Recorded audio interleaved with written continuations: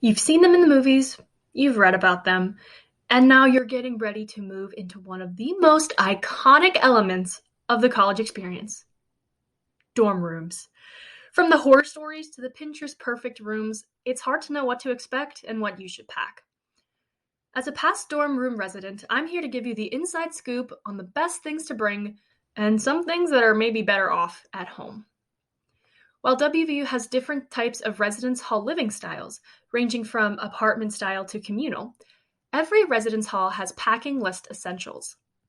WVU websites will have great recommended packing lists with items like bedding and school supplies, but after living in the halls for a year, I have a few points I'd like to add. Let's start with the obvious. You'll want to bring the necessities.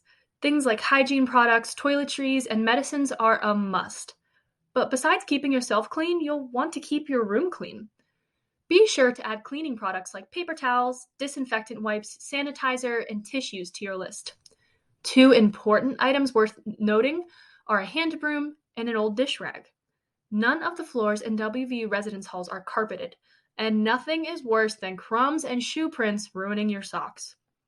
Of course, you are welcome to bring small rugs, and I encourage it, but those two essentials do the job just fine.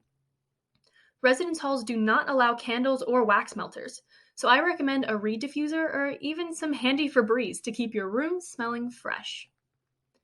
So your room is nice and clean, and now it's time to decorate and stock it with your favorite belongings. For decoration, never underestimate the power of string lights. I'm talking to everyone out there when I say a good strand of string lights will make any room feel cozy and look cooler.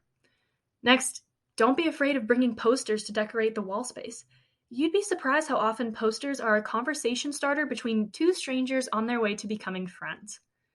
WVU is a very outdoor-oriented campus. Bring sports equipment, hiking boots, and my personal favorite essential, a hammock. Your room will have great underbed storage space, so you'll have the perfect place to store the things that make you feel at home. In looking back on my move into the residence hall, I brought way more stuff than I needed. It's time we discuss what's better off left behind.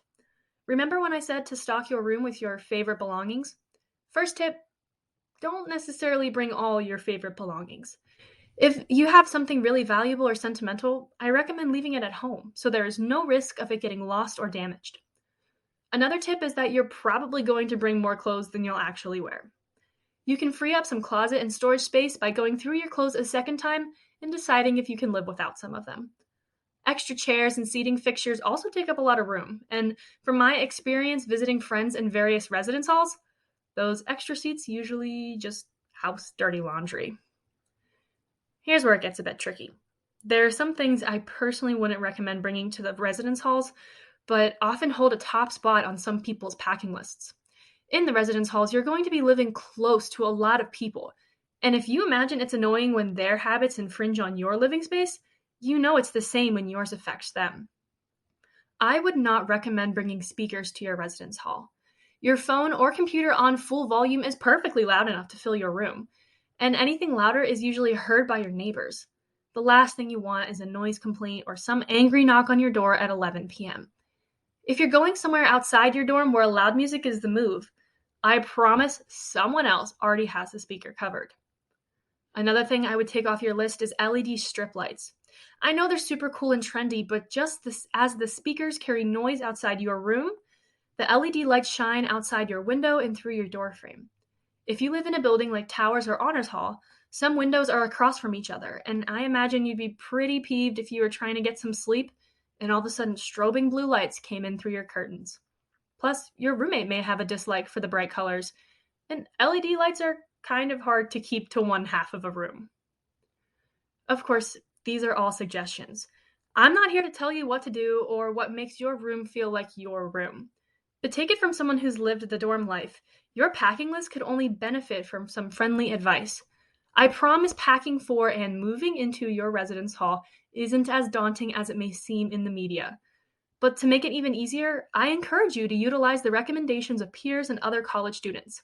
They are living, breathing handbooks of the do's and don'ts of residence hall packing lists, and we love to give a hand.